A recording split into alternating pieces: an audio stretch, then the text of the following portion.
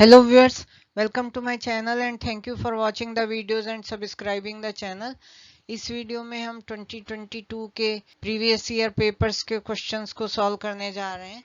तो आइए देखते हैं। Find the initial basic feasible solution of the following transportation problem by Vogel's approximation method and use it to find the optimal solution and the transportation cost of the problem. So destination है, source है, availability, requirement. तीन sources हैं S1, S2, S3, A, B, C, D destinations हैं. Availability means supply and requirement means demand. तो पहले इसे हम वोगल method से बेसिक फिजिबल सॉल्यूशन निकालते हैं एंड देन मॉडी मेथड से MODI मेथड से ऑप्टिमल सॉल्यूशन फाइंड आउट करेंगे। Supply constraints S1, S2, S3 से डिनोट हो रही हैं and demand D1, D2, D3, D4 से। सो तीन सप्लाई कंस्ट्रेंट्स हैं एंड चार डिमांड कंस्ट्रेंट्स हैं। सप्लाई यहाँ पर दी गई है 11, 13 and 19 and demand is 6, 10, 12, 15।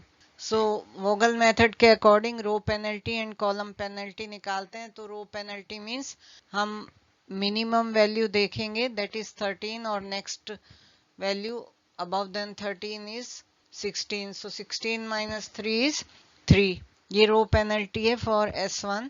S2 के लिए है मिनिमम है 14, नेक्स्ट इज 17, तो 17 माइनस 14 3। अगले में जो है मिनिमम 18 है एंड नेक्स्ट इज 27, तो 27 माइनस 18 इज 9।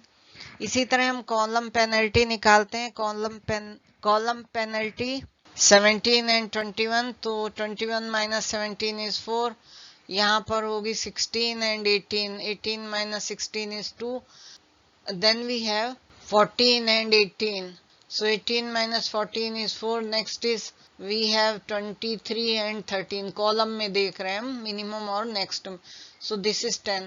So यहाँ हो गई 3, 3, 9 and यहाँ हो गई 4, 2, 4, 10. So maximum penalty is 10 जो कि D4 कॉलम में आ रही है एंड मिनिमम CIJ कॉस्ट है इस कॉलम में दैट इज 13। तो यहाँ हम एलोकेशन कर देते हैं। सप्लाई और डिमांड के अकॉर्डिंग एलोकेशन होगी। 11 सप्लाई है, डिमांड है 15, तो हम 11 दे देते हैं यहाँ पर।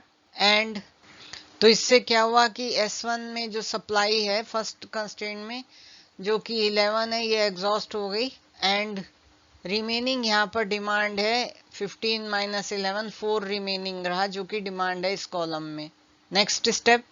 सो हम सेकंड स्टेप में पेनल्टी अगेन देखते हैं। तो ये हमने मेंशन कर दिया पहले कि ये 11 यहाँ सप्लाई हो चुकी है, 4 यहाँ डिमांड है और ये रो एग्जॉस्ट हो चुकी है। Supply is complete from here.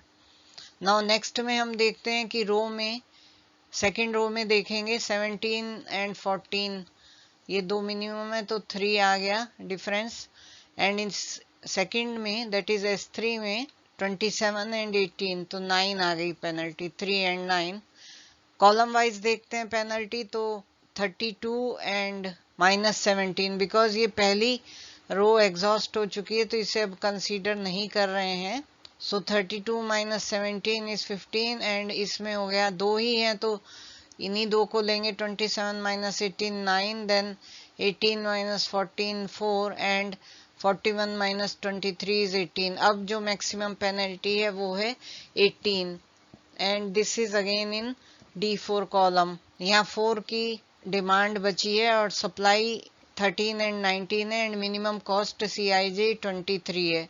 तो 23 में हम यहाँ पर 4 दे देंगे बिकॉज और डिमांड नहीं है। सो 4 वी कैन गिव। तो यहाँ हो जाएगा 13 माइनस 4 दैट इज 9 यहाँ रिमेनिंग रह जाएगी supply and then we have next step. So अब यहाँ सप्लाई 9 हो गई है, यहाँ 11 एलोकेशन हो गई, यहाँ 4 एलोकेशन हो गई एंड ये 0 हो गई डिमांड। अगेन हम पेनल्टी निकालते हैं तो यहाँ तो 3 एंड 9 ही है क्योंकि अभी दोनों रो एक्टिव हैं। फर्स्ट रो कंप्लीट हो चुकी है एंड यहाँ पर सेम आएंगी 15 सेम पेनल्टीज आएंगी बिकॉज कुछ चेंज नहीं हुआ है।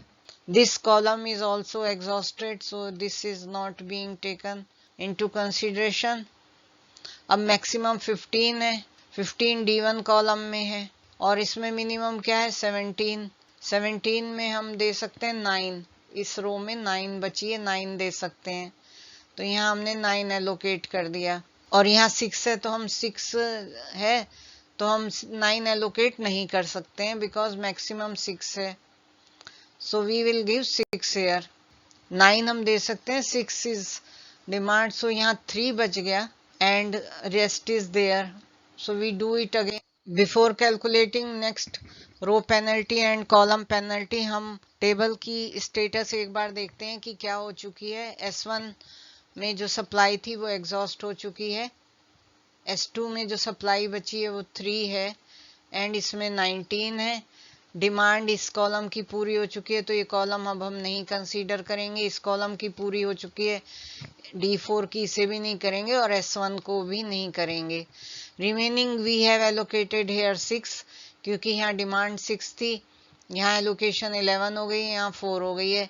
अब हम पेनल्टीज कैलकुलेट करते हैं, तो रो पेनल्टी होगी 18 माइनस 14 इन दोनों में से, एंड नेक्स्ट है 27 माइनस 18, तो ये 4 एंड 9 आ गई।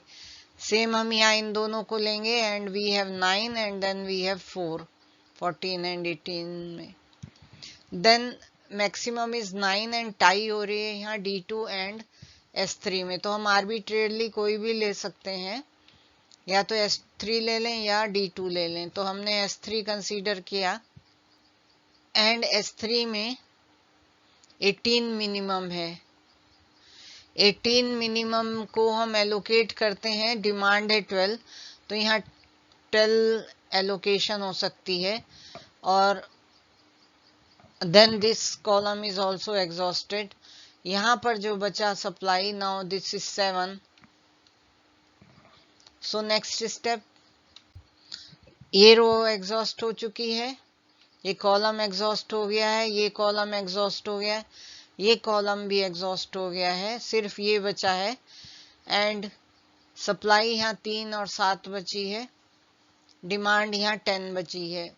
तो रो पेनल्टी, क्योंकि अब एक एक ही एलिमेंट बच गया, तो ये 18 है एंड ये 27 है, ये रो पेनल्टी एंड कॉलम पेनल्टी हो गई 27 माइनस 18, 9, मैक्सिमम वैल्यू 27। इसके कॉरस्पॉन्डिंग हम देखें तो 27 ही यहाँ पर वैल्यू है, इसमें हम 7 सप्लाई कर सकते हैं यहाँ से, तो और डिमांड है 10 की, तो हमने यहाँ 7 सप्लाई कर दी। और ये जो 3 है, this supply is still remaining, so we have to allocate in these two, so we do next time। this is exhausted, this is exhausted, these 3 are finished। यहाँ 3 डिमांड बची है क्योंकि हमने यहाँ 7 एलोकेट कर दी थी और ये 3 यहाँ पर है, तो ये इसी को दिया जा सकता है। पेनल्टी में देखें तो 18 है और यही एक पेनल्टी 18 दोनों साइड से, column as well as row penalty, तो यहाँ हम 3 की एलोकेशन कर देते हैं, सो विल गिव 3 हेयर। ये बेसिक फिजिबल सॉल्यूशन आ गया। डिमांड एंड सप्लाई अब कंप्लीट हो गई है, so the whole table we can write in this one table. और अगर हम वैल्यूज देखें, कॉस्ट कितनी है, तो 13 into 11, 17 into 6 plus 18 into 3 plus 23 into 4 plus 27 into 7 plus 18 into 12, और ये वैल्यू आती है 796। ये देखिए रो पेनल्टी के जो ये बीच में बार लगे हैं, दीज आर शोइंग सेपरेशन, तो ये हर स्टेप में पेनल्टी कैलकुलेट की गई है रो में, और यहाँ कॉलम वाइज हर स्टेप की पेनल्टी लिखी गई है। So we can do in one table only the whole exercise. The number of allocated cells जो है 6 है और वो इक्वल टू है m प्लस n माइनस 1, जो कि नंबर ऑफ रोज 3 है, नंबर ऑफ कॉलम्स n से डिनोट हुआ, m रोज है, सो 3 प्लस 4 माइनस 1 6, तो ये नॉन डीजेनरेट सॉल्यूशन है, जबकि number of allocated cells equal to m plus n minus 1 के इक्वल है। अब हम फीजिबल सॉल्यूशन ऑब्टेन हो गया है, इससे ऑप्टिमल सॉल्यूशन फाइंड आउट करेंगे। After finding basic feasible solution by Vogel's method, we got this table which is basic feasible solution. Now for optimal values we will use Modi method, and as we have seen that we can do all the calculations of Vogel's method in one table which I have shown. Similarly we can do all these calculations in 1 or 2 tables, or not all these in one, then next step in one table, so need not to write all these values, just for explanation this we have done. तो यहाँ formula use होगा C I J is equal to U I plus V J. I जो है रो को depict कर रहा है, जे column को, सी आई जे कॉस्ट है, यू आई हम कंस्ट्रेंट्स जो सप्लाई कंस्ट्रेंट्स हैं उसके लिए लिख रहे हैं, वी जे डिमांड कंस्ट्रेंट के लिए. एक हम रेंडमली वैल्यू लेते हैं, u2 इज 0, इसकी हेल्प से हम सब वैल्यू निकालेंगे, u1, u3, v1, v2, v3, v4. तो एलोकेटेड सेल्स को यूज करके हम निकालेंगे. नॉन एलोकेटेड के लिए नेक्स्ट स्टेप है.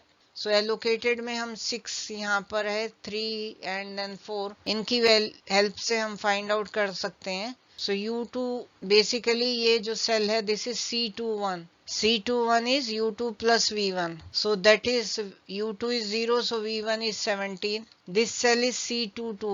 C22 is u2 plus v2. u2 is 0, so v2 is 18. ये यहाँ पर लिखे गए हैं.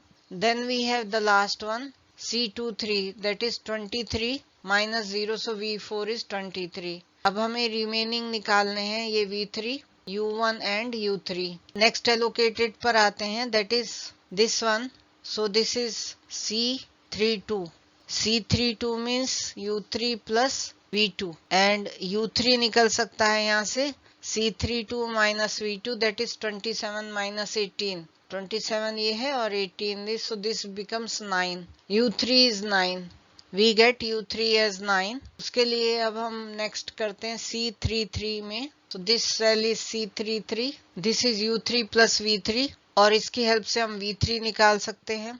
v3 is C33 minus u3 and this is 18 minus 9 means 9.